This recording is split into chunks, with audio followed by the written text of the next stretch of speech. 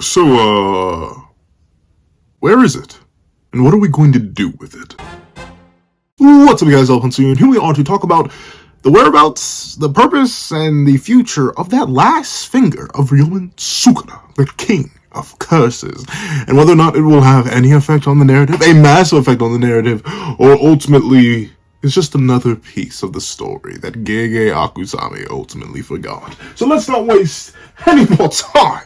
Ladies and gentlemen, let's hop right into it. What's up, guys? That with the pencil here. Fun fact, I have it on me.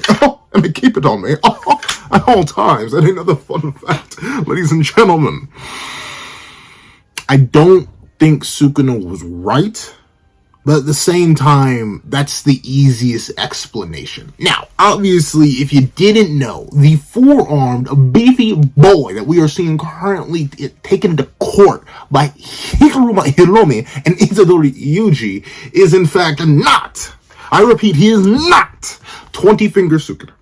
It does not matter that he actually does have 20 fingers on all four of his hands. That man is not Ryomen Sukuna. He is a fraud. In the sense that he's not 20-finger Sukuna, logistically speaking, but he's not actually like a fraud in his tactics or anything like that. He's just smart. All right, I'm gonna make this Sukuna fraud video now. That it seems like I don't think. I mean, maybe people saw Hope Gojo's coming back, but I think that whole what was it, like a 7-chapter theory? That's cooked because 236. We're on 243.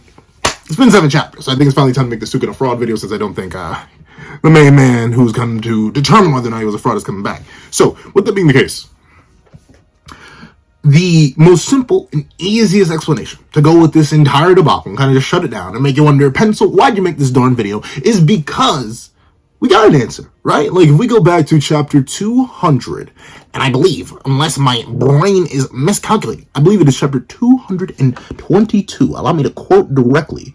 I'm going to make editing these job much easier when I remember the actual chapter this is in. We have a quick conversation between the greatest chef of this side of creation, Ume, and the king of curses in the vessel of Megumi Fushiguro. My deepest apologies. I was unable to find the last finger. I shall accept whatever punishment you deem necessary. It's fine.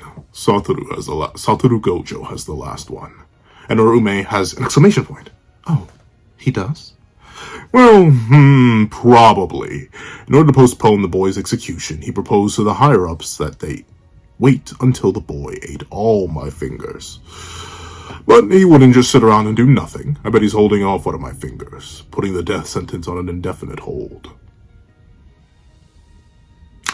Now, this could be the easiest answer. It could be the most logistical answer. It could be the answer that Gege slid right there in the narrative to explain why we don't actually have a genuine 20-finger Sukuna.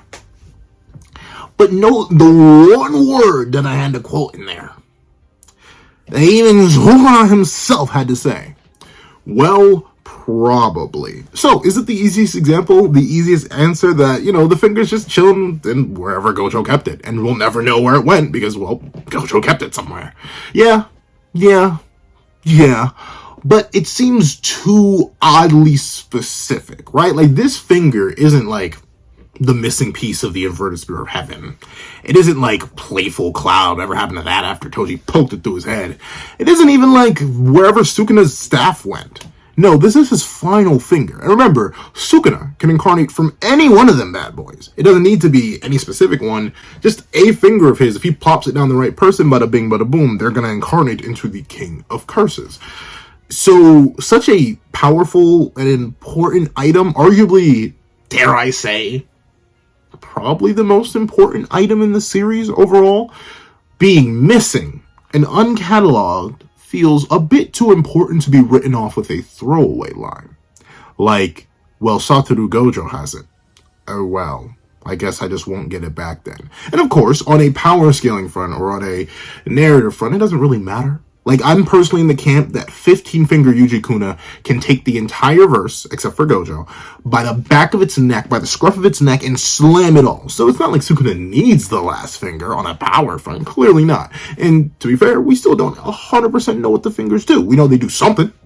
They do something. Because we know Sukuna himself says, hey, Maybe if I was back then, when he's referring to his three-finger self against Maharaga, you may have been able to take the dub, and we obviously know that one finger should be inferior to 20 finger just by, numbers, but we don't know exactly what they do, so the missing finger on a power front is kind of irrelevant, to say the very least, I'd say.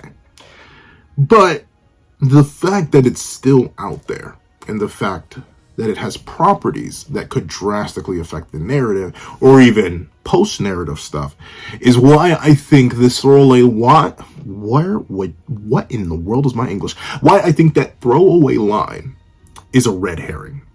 A very specific red herring laid in there by Gege.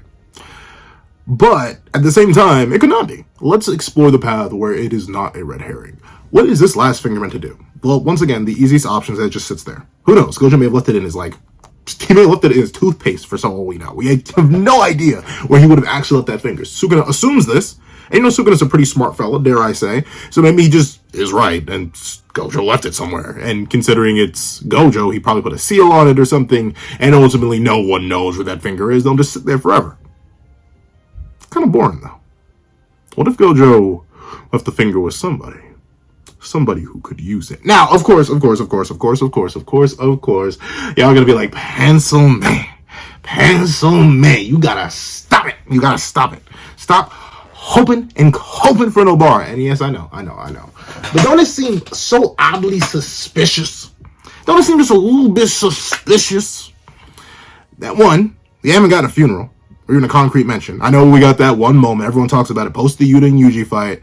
Megami just looks down and he's like, I get it.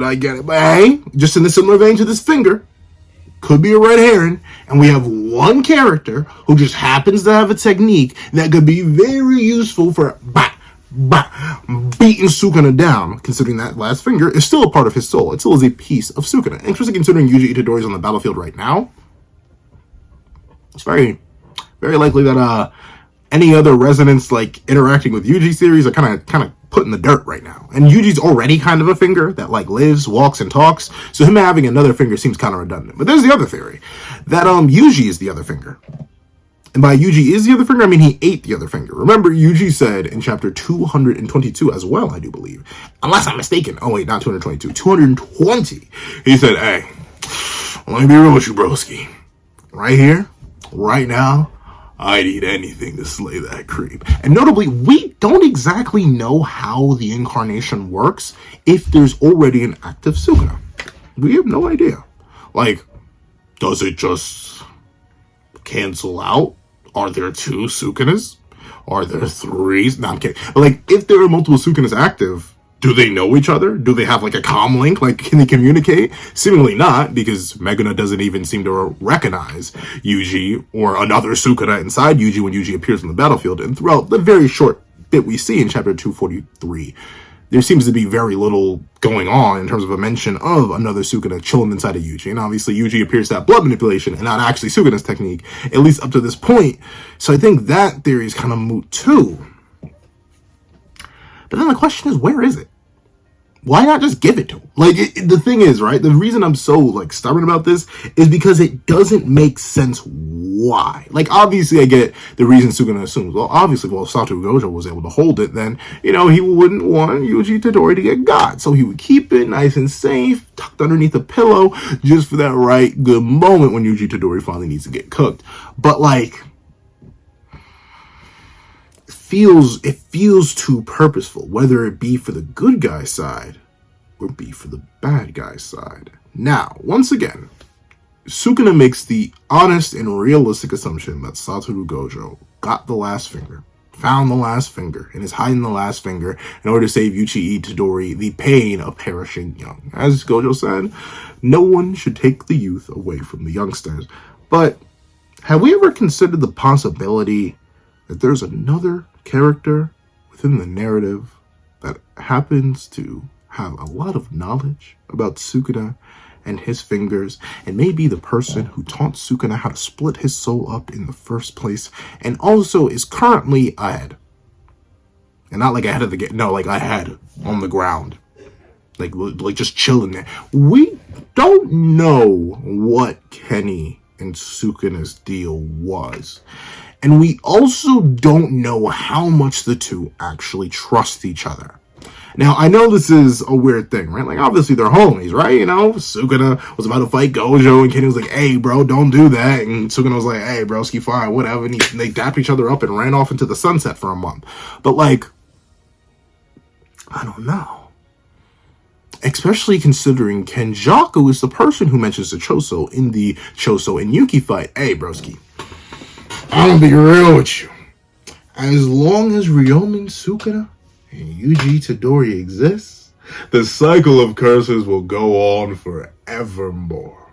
And that's all I really care about at the end of the day, bucko, so I don't really mind. So, of course, it would be nice if Gojo Satoru found the last finger, was able to hide the last finger, but it's just as equally possible that the man who purposely split Sukuna into fingers 1,000 years ago also just kept it as insurance.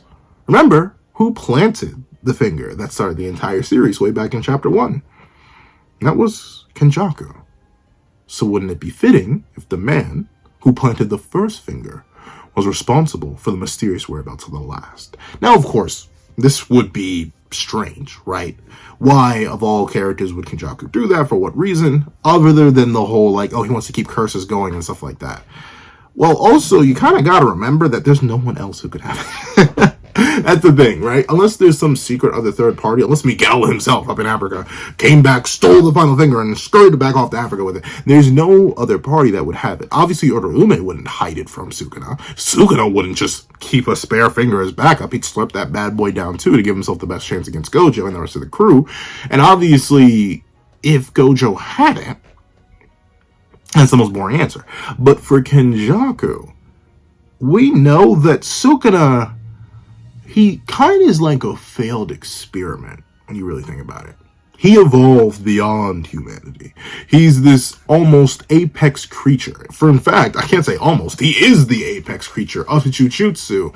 But ultimately, remember, Kenjaku didn't think he was good enough. He just didn't. Like, remember, Kenjaku saw Sukuna. Kenjaku worked with Sukuna. Kenjaku works with Sukuna up until this very day. And while admittedly Kenjaku may be cooked right now, there's still a question all about that.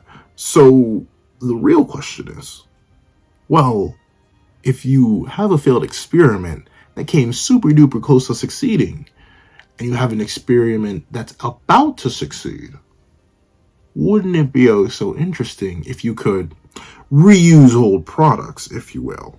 Hypothetically, Ryomen Sukuna was a failure in terms of transcending cursed energy, but as the basis for a creature that's going to be the consummate conglomerate of all cursed energy in existence. Well, not all cursed energy. Humans release cursed energy on the verge anyway, so like, there's cursed energy overseas, but a majority of the cursed energy in the most cursed energy rich place in the world, it's a lot of power. And of course, Kenjaku says, oh, I want to just see it. I want to see it wild out. I want to see it have a good old time. But, being real with you, I don't buy it. At least, not fully.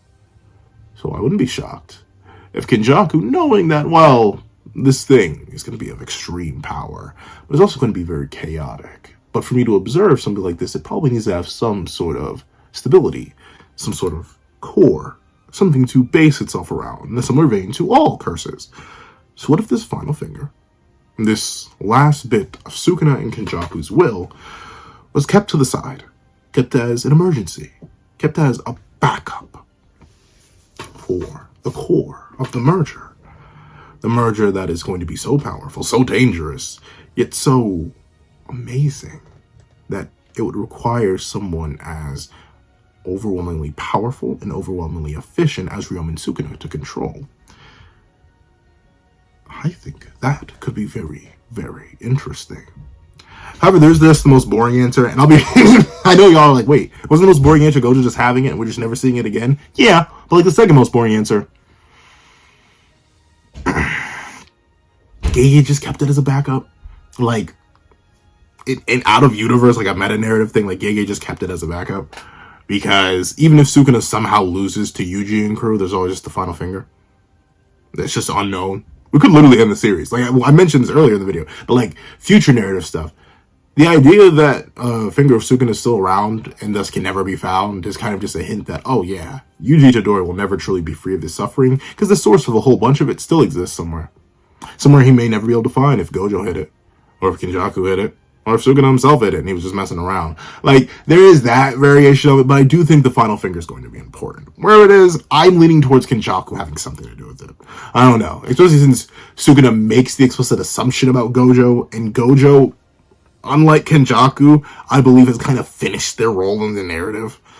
I can definitely see Kenny messing around, doing some devious things with that finger.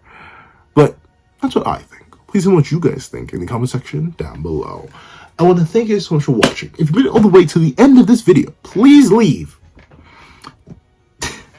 chicken fingers in the comment section down below. I want to thank you so much for watching. If you're into, leave a like, share, comment, and subscribe. And make sure you hit that little notification bell so you do not miss out on any videos that come to the channel. Also, I do have a Patreon down below, where you can support me for as low as $1 now a month. You get things like exclusive videos, early content, and more. You can also now become a member of the channel for as low as $3 a month to get the same perks and more. Some of those perks will include the live reaction to the very next chapter of Jujutsu Kaisen. Now, I want to thank you guys so much for watching once again, and I hope you guys have a wonderful day. This is That Guy with a Pencil, writing off. I'd like to give a thank you to our $3 members, Wakanda Plains, Redwolf 4765, and Greyhound. I'd like to give another thank you to our $5 patrons, Victor, Sean, Midnight Gemlord, Kevin, and Demix LND. I'd like to give a juicy old thank you to our $7 member, Autumn's Morning Lazo. I'd like to give a healthy thank you to our $10 patrons, Robbie Uchiha, Joaquin, and Idemokami. I'd like to give a shonka dunka hunka thunka thank you to our $25 member, Alex Ice Rose. I'd like to give a scrumdiddlyumptious super science thank you to our $20 patron, Calvin Elder.